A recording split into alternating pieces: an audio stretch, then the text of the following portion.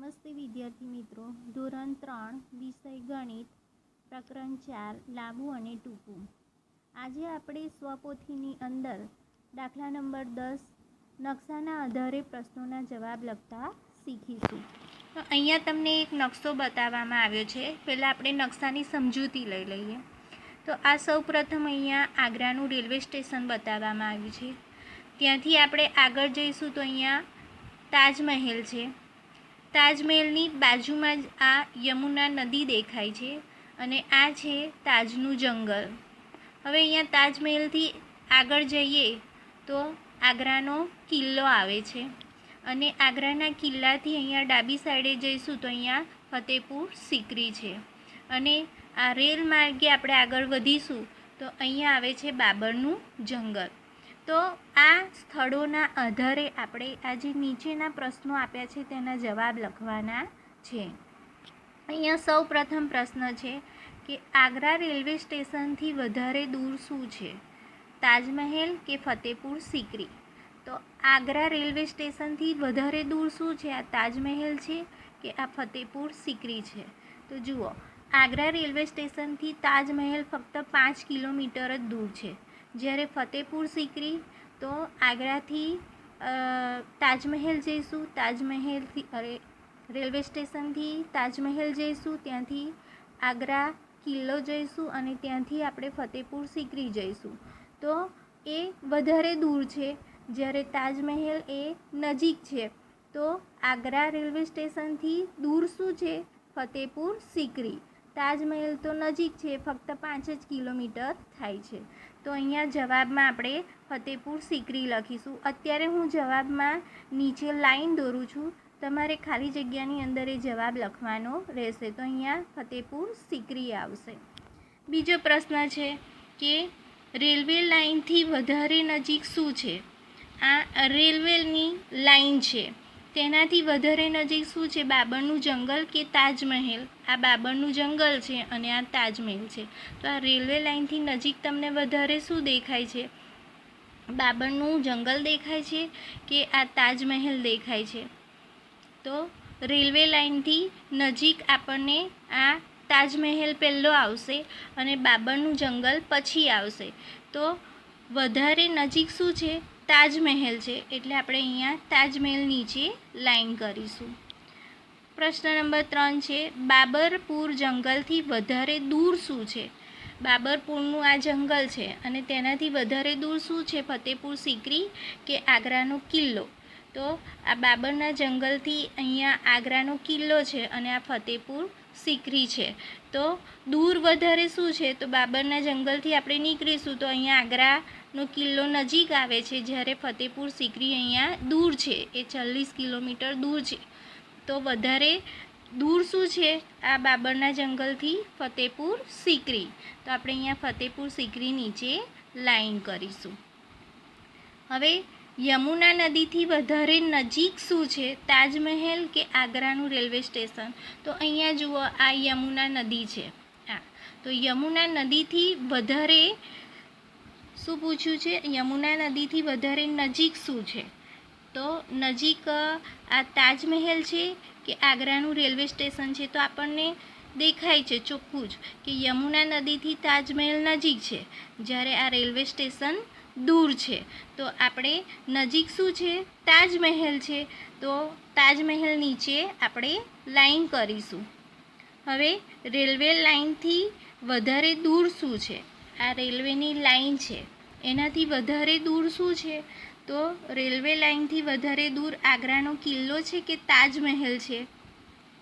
તો રેલવે લાઇનથી વધારે દૂર શું છે? જુઓ, આ રેલવેની લાઈન છે, તેનાથી વધારે દૂર આગ્રાનો કિલ્લો છે કે તાજમહેલ છે? તો તાજમહેલ પહેલો આવે છે, આગ્રાનો કિલ્લો પછી આવે છે. તો દૂર શું આવશે, આગ્રાનો કિલ્લો. તો આગ્રાના કિલ્લા નીચે લીટી દોરો. હવે છઠ્ઠો પ્રશ્ન છે આગ્રાના કિલ્લાથી વધારે નજીક શું છે? તો આગ્રાનો કિલ્લો ક્યાં છે, હર્યું. હવે આગ્રાના કિલ્લાથી વધારે નજીક શું છે એ પૂછ્યું છે. તો યમુના નદી છે કે રેલવે સ્ટેશન છે? તો આ કિલ્લાથી નજીક યમુના નદી છે કે આ રેલવે સ્ટેશન છે? તો આપણને દેખીતું ચોખ્ખું જ દેખાય છે કે નદી નજીકથી પસાર થાય છે જ્યારે આ રેલવે સ્ટેશન દૂર છે. તો જવાબમાં શું આવશે? યમુના નદી એ નજીક છે. હવે 7મો પ્રશ્ન છે, ફતેપુર સિકરીથી વધારે દૂર શું છે? આગ્રાનો કિલ્લો કે રેલવે સ્ટેશન? ફતેપુર સિકરી અહીંયા છે. હવે એનાથી વધારે દૂર શું છે એ પૂછ્યું છે. આગ્રાનો કિલ્લો છે કે આ રેલવે સ્ટેશન છે? તો જુઓ, આપણે ફતેપુર સિકરીથી નીકળીશું તો આગ્રાનો કિલ્લો વચ્ચે આવશે, જ્યારે આ રેલવે સ્ટેશન દૂર આવે છે. તો ફતેપુર સિકરીથી વધારે નજીક શું આવશે? આગ્રાનો કિલ્લો કે રેલવે સ્ટેશન? દૂર શું છે?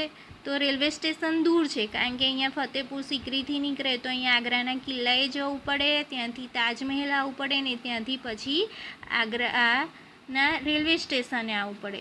એટલે ફતેપુર સિકરીથી જે આ રેલવે સ્ટેશન છે એ દૂર છે, જ્યારે આગ્રાનો કિલ્લો નજીક છે.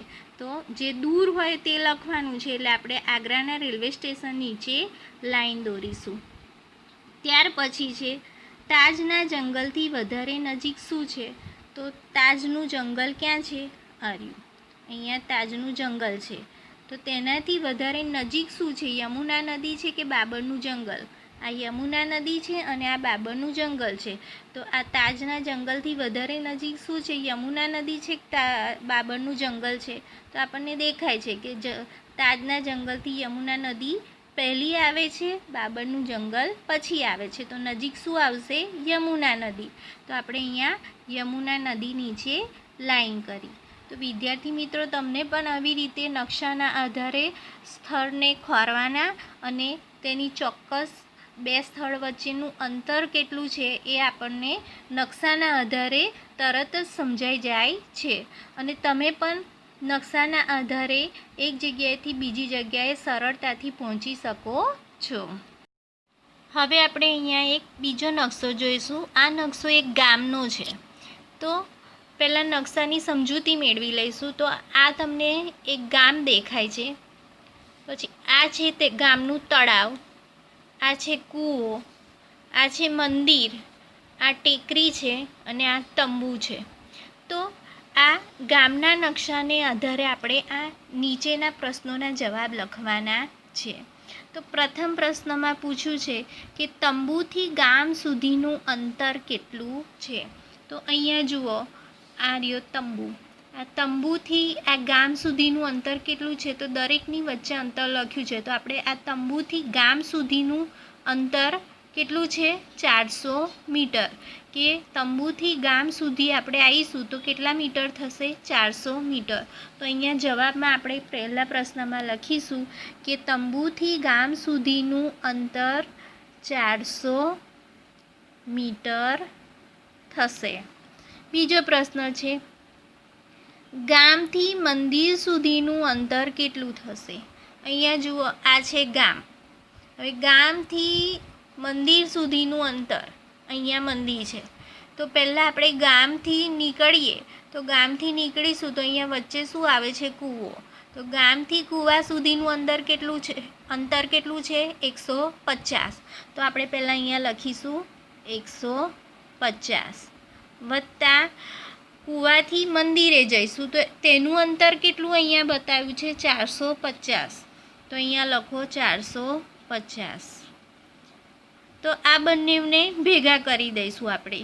તો 0માં 0 ઉમેરીશું તો 0, 5 ને 5 10 શૂન્ય, વધી પડી 1, 4 ને 5 ને 1 6, એટલે 600 મીટર.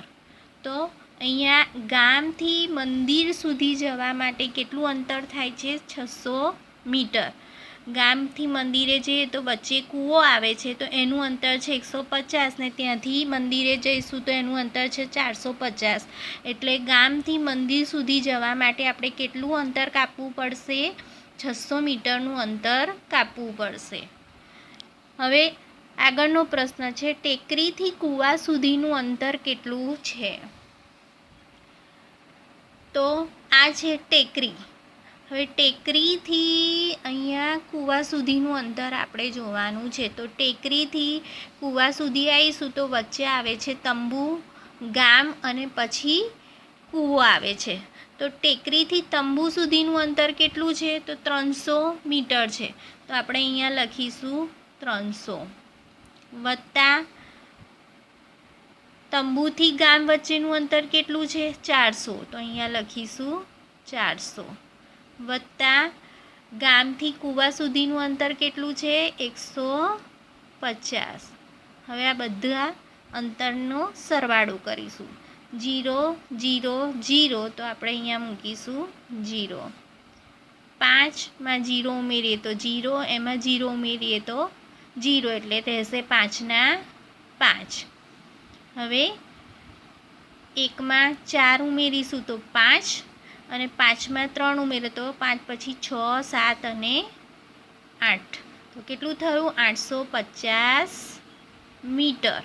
તો અહીંયા આપણે તંબુથી નીકળી અને અહીંયા કૂવા સુધી જઈશું તો કેટલા મીટર અંતર થશે? 850 મીટર અંતર થશે. હવે અહીંયા જુઓ, ચોથો પ્રશ્ન છે તળાવથી મંદિર સુધીનું અંતર. તો તળાવ ક્યાં છે? અહીંયા છે.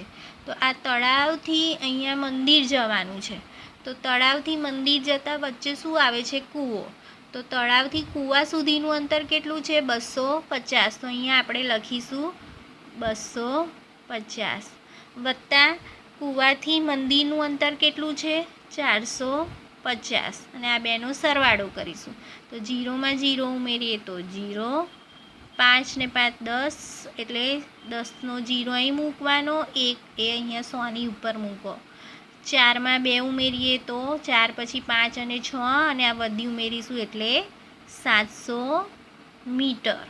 તો આ તળાવથી નીકળી અને આપણે આ મંદિર સુધી જઈશું તો 700 મીટર અંતર થશે. હવે જુઓ આગળનો પ્રશ્ન તંબુથી તળાવ સુધીનું અંતર. તો તંબુ અહીંયા છે અને તળાવ અહીંયા છે. તો તંબુથી નીકળ્યા તો વચ્ચે આવ્યું ગામ, કૂવો અને પછી તળાવ. તો તંબુથી ગામ સુધીનું અંતર કેટલું છે? 400 મીટર વત્તા ગામથી કૂવા સુધીનું અંતર 150 મીટર વત્તા કૂવાથી તળાવ સુધીનું અંતર 250 મીટર. હવે આ ત્રણેયનો સરવાળો કરીશું. તો 0 એકમમાં 0 છે 0 છે 0 છે એટલે અહીંયા 0 જ આવશે. પછી દશકમાં અહીંયા 5 છે, અહીંયા 5 છે તો 5માં 5 ઉમેરીએ એટલે 10 અને એમાં 0 ઉમેરીએ તો 10 જ રહેશે એટલે 10નો 0 અહીં લખીશું અને તેનો આગળનો એકડો અહીંયા 100ની ઉપર મૂકીશું. હવે 100ના સ્થાનમાં અહીંયા 4 છે એટલે 4માં 1 ઉમેરી એટલે 5, 6 અને આ 2 ઉમેરીશું તો 6 પછી 7 અને 8 તો 800 મીટર. તો આપણે અહીંયા તંબુથી નીકળી અને અહીંયા તળાવ સુધી આવીશું તો આપણે કેટલું અંતર કાપવું પડશે? 800 મીટર અંતર કાપવું પડશે. તો વિદ્યાર્થી મિત્રો આ રીતે આપણે એક જગ્યાએથી બીજી જગ્યાએ જવું હોય તો નકશાના આધારે આપણને ચોક્કસ અંતર પણ ખબર પડે છે.